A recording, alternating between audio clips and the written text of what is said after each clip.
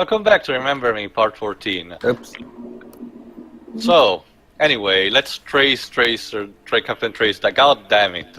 Anyway, let's just move on because these drones are getting me on the nerves. You'll never escape it, Tio. I suppose.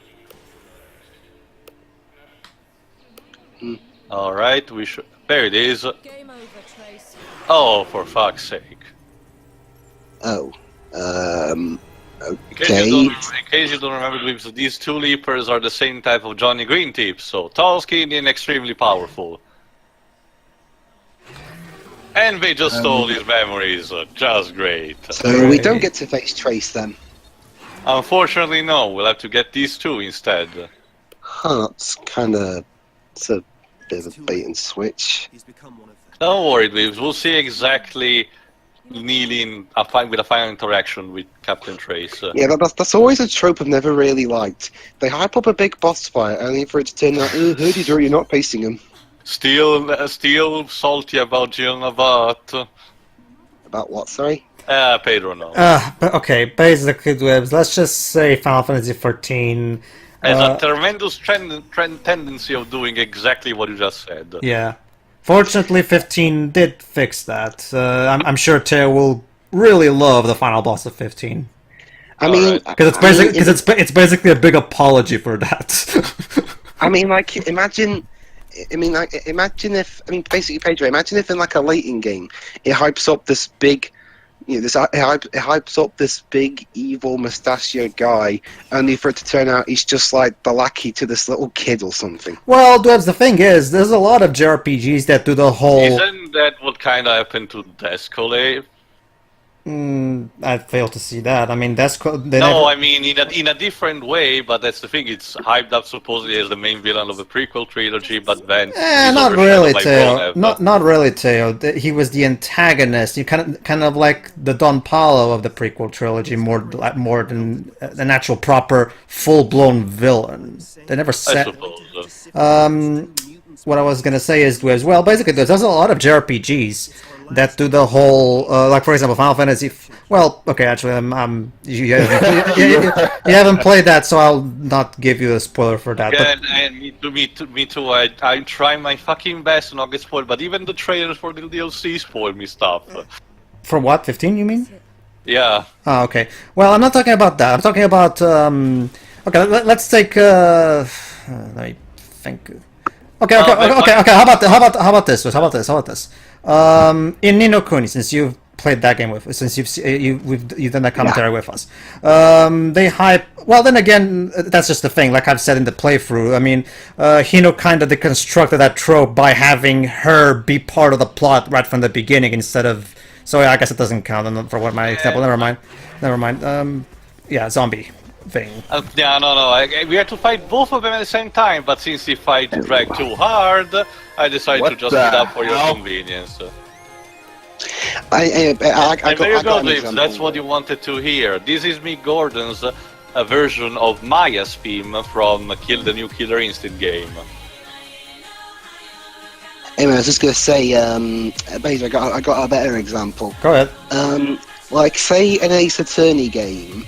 You know, say an Ace Attorney game had this villain in the shadows, you know, hyping him up so you face him in the final case. Right. But it turns out he gets shot in the head the second you see him, and it turns out that it's just some random bloke you've never seen throughout the game. Well, the thing is, Dwebs, just picking up pathetically right now. I'm trying to find I have a better example. Go ahead. You know that only for a second, Deji, because at the end of his fight, look at what happens.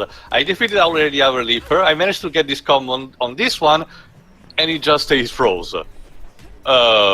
Reminder that in order to defeat these particular Leapers, I need to use a QTE finisher, but this one just froze there. So I thought, oh wait, he's just gonna have to reset the game then, and or? I'm gonna use. Hold on, no, you're gonna see. I'm gonna have to stun him, but no, it still stays froze. So okay, let me defeat the other Leapers. Maybe he will just unlock or something. But no, I won. What? Oh, Did you I'm use legit- that well, I'm- though? I'm legitimately convinced that my PS3 is dying and is trying to tell me something. Theo, did you hack this game? No, I cannot even begin So, to do that. did Dio Brando hack this? Sorry, Dej, but that's not Zavaru. Anyway, Deji, what was that example you were going to Yeah, go mention? ahead. I was gonna say, did you know? Well, that's what I heard. Originally, Jar Jar was meant to be like the villain of the Star Wars prequels. It's only more like a fan speculation. Nothing has ever been confirmed as of yet. It was just a cute theory. People decide that it's best to be left-handed. We don't know if it's gonna be. Besides, he's not going to be the villain now because I think one of the Yeah, we written know. books from From the novel. have I told Deji though? Well, Yeah, whatever. go ahead, The tell point me. is, actually, Tracy's still alive. There you go, Dweebs. And there it is. He's reduced to a terrible state. Right. So, might as well, we could kill him right now, but he's pretty much in the same state we will leave a normal defeated enemy, so we're just gonna leave him here. Enjoy. well, aren't we terrible people? Also, impregnate? What? Impregnate. Dude, you're thinking out loud. Yeah, let's just move on. Especially because we're actually closer to the cube itself. Now we're in the mess hall from Passengers. There it is, we're about to get another puzzle. Unfortunately, no little music here because the game provides already one, and the puzzle needs to be listened to be understood because it's actually a bit more complicated than the previous one. Well, actually, how about this, Ibs? Here's a good game that contradicts that kind of shit. In Heavy Rain, we keep having these incredibly annoying red herrings about Ethan's blackouts, and not only does the game never explain what those blackouts are because the actual explanation was deleted from the final game, and they never compensated for that. Then suddenly, I'm not gonna say it just in case somebody out there listening hasn't played it, but suddenly this character that we had never any indication or any possible foreshadowing of any kind that he possibly could be the killer, suddenly he's the killer because suddenly you throw this flashback about the sad backstory and shit, And potatoes. It basically renders the entire experience of the game completely useless because Why on earth would you make the decision to remove a revelation for one of the main plot points and not change the story? We may never know what goes Because- on in the mind of the cage. exactly Anyway, what Webb said. the first thing we need to do is to rearrange this letter from this way of saying. Oh wait, I got it. Hominis Evolutio, which means the future of mankind. And this forms H3O, which is the password for activate the next set piece of a puzzle. No way, I got a better example. Iron Man 3, the Mandarin. That's a good example. Yes, that's actually a very good example. Yeah, I like that movie, but I will admit that that wasn't the best way of doing a trolling of the audience thing. Especially when the villain says, "I am the Mandarin," that he gets whacked 2 seconds later. Like, what the fuck? As being a Metal Gear fan, I like that kind of stuff. I like when storytellers really throw me for a loop like that. But I will admit that. Okay, Pedro, allow me for a second. Go ahead. As you can see, there are 3 statues here. You have to rearrange them according to their quote-unquote emotions. Oh god, this really is. Let's listen to what he says. Husband admires his wife, but cannot listen to her anymore. The child loves her protecting father. Which is an entire metaphor for the Cartier-Wells family, pretty much. And yes, Shiro, this puzzle will be a nightmare for you because there's so much text and it's so tiny, relatively. Anyway, go ahead and finish, Pedro. Well, yeah, it's like I said. I like it when storytellers really do that. I like but it has to do it. It's kind of hard to get it done well. And Iron Man 3 almost got it. The problem is that there was a couple details that they could have done to both not piss off comic book fans, and again, it's kind of like it's basically the Mission Impossible 1 equivalent, where What they should have done is they should have made the Mandarin in that movie an original villain. You know, made up specifically for the movie instead of... Or someone completely I don't know, man, different. Or someone completely different, like, I don't know, Blizzard. I don't know, man, because I remember my big issue with Civil War is I didn't like that interpretation of Zemo. Honestly, I understand that, but at the same time, I thought it really worked for the story that the game was, the movie that was trying to tell. Yeah, it's not exactly like the comics, but at the very least, I thought it was justified a lot more than in Iron Man 3 because it served the story. So, and that's It just feels like the only reason why the villain technically won was everything happened so conveniently. Well, the thing is, Deji, there's a lot of stories like that. Sometimes you have to suspend your disbelief a bit. But this is a worse example. Honestly, I've seen plenty of worse examples, honestly. Besides that, if you wanna be targeting someone from Hydra that was misrepresented, go for fucking Baron von Strucker in Age of Ultron. What are you on about, Deji? Never mind, just moving on. Here's a better example. Even. How about this? Basically, how about this? Basically, basically, there's in Final Fantasy IV they do that.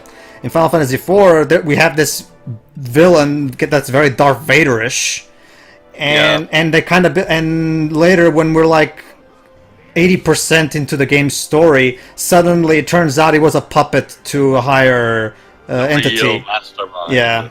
And would you also list the Dark Knight Rises? Because even though we kind of knew that Talia was going to be the bad guy, the way it was handled felt... Well, yeah, that works. Well, that's just the thing. The only reason people like me knew ahead of time was because, source material.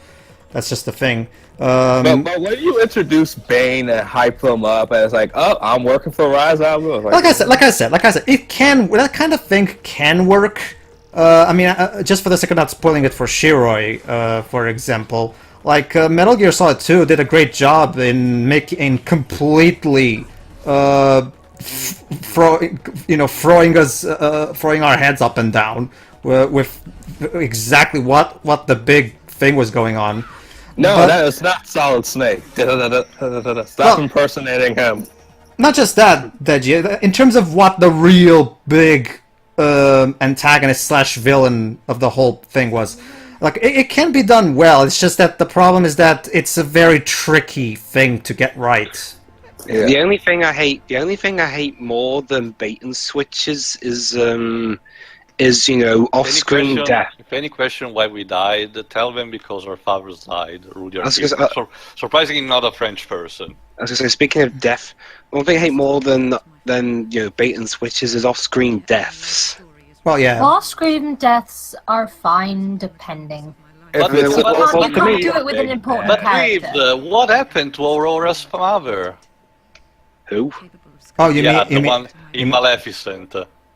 Oh yeah, she died because we see her for like 5 seconds, and her husband she dies pretty much off screen, and her husband is told her there. The ones I especially hate. This final narration tells that Nilin is more determined than ever to stop her father and destroy the sensing system once and for all. The ones I hate. Go ahead, Weaves. The ones I especially hate the most are ones where you establish a character, but then you just write him out and say he's dead because you couldn't think of a way to kill him. Remember, the biggest example I can think of was in... Man? Actually, no. Remember the Blob in X-Men Origins Wolverine? Yeah. He got killed off by Saber... What's his name? Sabretooth? Yeah. He got killed off by Sabretooth because... Skippy wrote the script, that's why. Yep. Charles Cartier-Wells has walled himself away for years, dreaming of his ideal future. It's here that H3O was conceived. H3O? Anyway. Yeah, very good. The main center is called H3O itself. Convince him to let you in. So what we need to do to remix, obviously we need to remix Charles's memories. What exactly we need to do is to convince him to, well, let Nilin destroy the system. So we're gonna have to first discover what the fuck he's up to and act from there. We're going to convert him into being a Chelsea fan. Oh no, I got one more example. Dweebs, remember, he's French. Not just because it's called Charles, it's not mean he's British. I have one more example. Go ahead. The live-action Scooby-Doo movie. Oh god. I've seen that That's one. the villain. What the fuck? Well, then again, I'm sorry for Dweebs because it may have been more respectful, but I will never see Rowan Atkinson as an antagonistic figure. No, Rowan is a comedian. That's He was played for yeah, when it's he just like- impersonated the Master. Funnily From Doctor Who. enough, he actually played a more serious role recently. But fully antagonistic Dweebs? No, he was more like a he just played the straight guy who was. I think he's like he was trying to be David Jason. You know, try take on a more serious role. Okay. But it's still hilarious. Like, it's this hotel guy that's Was that meant to really be? evil. Was that meant to be a response to the bad reception Scrappy got originally? Yeah, of course it was.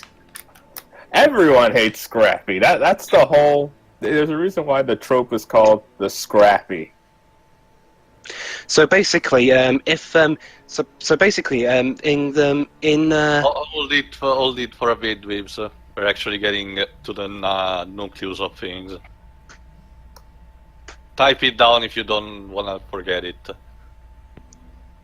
Anyway, as you can see, Charles is getting surrounded by the memories of his entire family and he's reliving them every single second. Like the morbid person that he is. Why? Because we're gonna see in a second, Edge. Because it functions as a recap for those who don't know at this point. You'll finish up the family scrapbook later. Charles is close. You're almost there, sis. The nightmare is nearly over.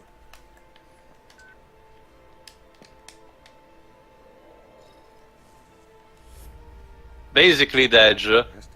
A couple of a decade ago, pretty much almost about 15 years, I think, or something. Nilin was still a child and was in a car with her mother, and they had an accident because Nilin was pestering a bit too much her mother. Because of that, Charles was still developing the sensing technology at the moment, so he used it to make Nilin forget the accident and just try to fix his broken family because his wife was starting to hate her daughter, and then try to use that as an excuse to fix the world, quote unquote. As you can see, it turned out for the best. So we're gonna have to rebuild his memory a bit. Fixed everyone. Just need a little more time. Just a little more time.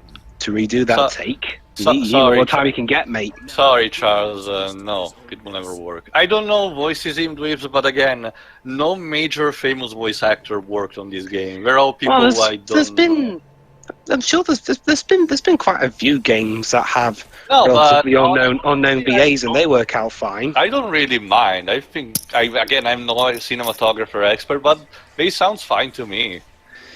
Well. Remember, I watched ahead a bit, and Nilin at times is really bad. It could also be voice direction, for all we know. Anyway, this is the Charles memory that we're gonna remix, and it's actually pretty peculiar because we're actually have to go deeper. Let's just say, cue the bomb. Anyway, this is immediately after the incident, and he was gonna just about to test his creation. So, what better guinea pig to use than his own daughter? Since when he was bad. Oh, how the humanity. That's not ethically insane or anything. Guy using his own daughter as an experiment. So where have I seen that before? I'll find a way to fix that as well. But for now, Then again, it's kind of similar to what Hojo did in Final Fantasy VII, pretty much implanting Genova cells in the fetus of his pregnant wife. Well, Yeah. Or an episode of Full Metal Alchemist. basically, that's what you're seeing is how Brotherhood, from by the the way. from the exterior, a remixing happens. It just goes like that, and boom. The person remixed is just fine and has forgotten, or his events have changed for a better. Well, how do you feel? She's got the Danganronpa doll. Monokuma. No, it's a straightforward panda called Jax. It's not based on pretty much anything. It's a shame. I think they could have tried to base it on another Capcom character just Wow, for the wow! I didn't know shadows could end in squares. Low texturing. So there you go. His experiment apparently was a big success or anything. I found a cure for misery. Sure That's you his did. that was his daughter, great. right? Was she Yeah, real or a flashback? No, she was real. Basically, Dweebs, in these memory sequences, events appear only in case of what may interest you for the scene itself. So if a character goes out of there and has no impact anymore, he just disappears, like that. So what did he do exactly? Did he show his daughter an episode of Peppa Pig? We're just gonna and see the cure? now she's afflicted with hepatitis, yes. What we need to do now is just a single action compared to the previous remixing memories.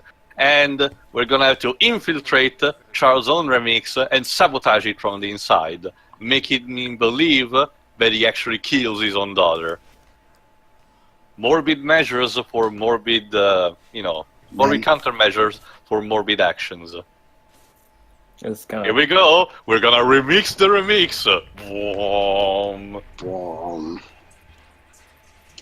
So what? Are you gonna have them shoot her in the head? Not exactly. As I mentioned in one of the earlier parts, unfortunately, we're gonna have to replay the car accident flashback memory sequence. Here's the thing: Charles itself will now alter the sequence on his own. It counts kind of like as a boss fight, sorta, because Charles will alter the sequence on his own in order to result the happy ending that we saw in the first time of his remix. It was one of the possible outcomes, and Charles is going to do exactly that in order to make the memory completely happy in the void of the incident. So what we're going to do now is actually, aside from watching it obviously, to sabotage his action one by one until he has no more room to escape. So what he's going to do now is open the bag, just like we did. Yes, I did. And next year, you're the one in birthday detail. Your daughter has been impossible ever since she saw me. Well, you're also a very shitty parent, Silla. Remember that. Yeah, I mean, it almost seemed like you didn't want a child in the first place. I didn't.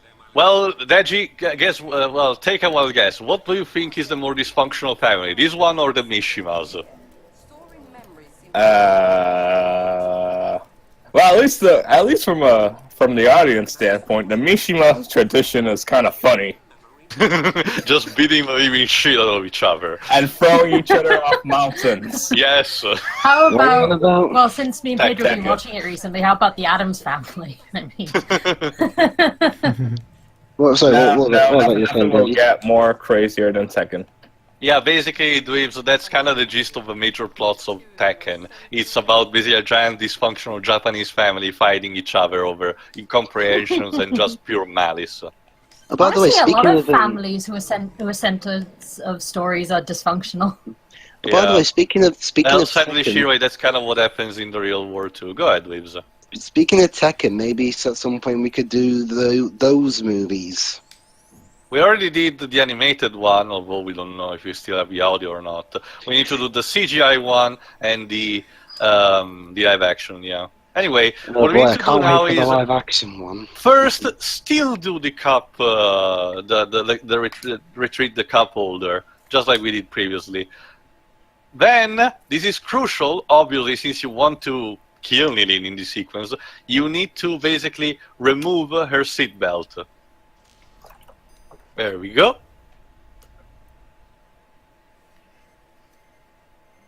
However, if you're just gonna let these things go like that, Charles is gonna notice that and he's gonna countermeasure. So we need to actually drive him away from the scene. Wow, what are you gonna do? Imagine a car into existence and drive away. Actually, no. As you see, he actually first activates. I was trying to activate the LCD screen just for shits and giggles, but it does nothing, just like in the previous memory remixing. What we do pay attention now is the moment where Charles activates the jacks, because there is where we need to actually strike. And next year, you're the one whose birthday detail. Yeah, blah blah blah. Possible evidence saw me buy a Move on. And the game kind of tricks you by going way off this camera, almost not making you notice what's going on. There it is. If I just can get to it. There it is. We need to break again the windshield. This causes the chain reaction of the coffee being spilled on jacks, which short circuit, just like you called the previous time, Libs. Uh-huh. Unfortunately, of course, Nilin is fucking sad, and this prompts Charles to move, trying to thinking of something quickly. This means that we can now play again. Now we can reboot the jacks in a sense of giving it again power. So it will go again to Nilin, and the scene will play again with the accident. Sorta. We just need to do one more final actions before doing that, because it seemed to be interesting. The electric wire, where you usually, used to burn cigars. Let's see what happens. Oops. And he's broken again. And there you go. They still have the accident. Charles cannot fix it, and Nilin now is dead. And then he died. The end. More like she, but yeah. Reeves, can you have any King's Quest narrator final lines for this? Wow, Nilin really caused some carnage back there. Still a better plot than Tekken 7. God, fuck that. No, seriously. But don't you see, Deji? The interaction between Eddie Gordon and Lucky Chloe is very important. I'm guessing you saw Digi Valentine's video about that. No, I saw Maximilian's one. It's much more funny. Anyway, there you go. That story is terrible, considering how much time they were building that up. Now, the real question is, why doesn't Charles just rewind like we did with all, we're mixing things? My guess is that due to his glove being a prototype, he could not manipulate the memory completely, just go in one go. Anyway, we'll see what the reaction of... Well, first we see the reaction of this. Of course, if you cause a person to die in your memory, this causes a catatonic state, which causes cerebral death. It's kind of like in the Matrix. If you die in the Matrix, you die in real life.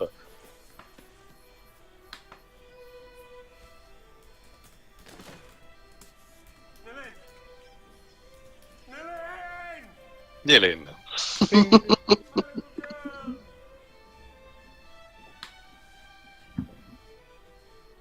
Also, the music is trying way too hard to make me feel sad. I understand, but yeah, Olivier, I can understand. You don't need to go all the way out. Oh God, I'm a monster. Nah. Anyway, we'll see the result of this in the next part, which is the finale. Alright, see you then. But hang on, we still got 5 seconds. Nilin is a party pooper. The end. Yeah, there we go. Yeah. Nilin the pooper.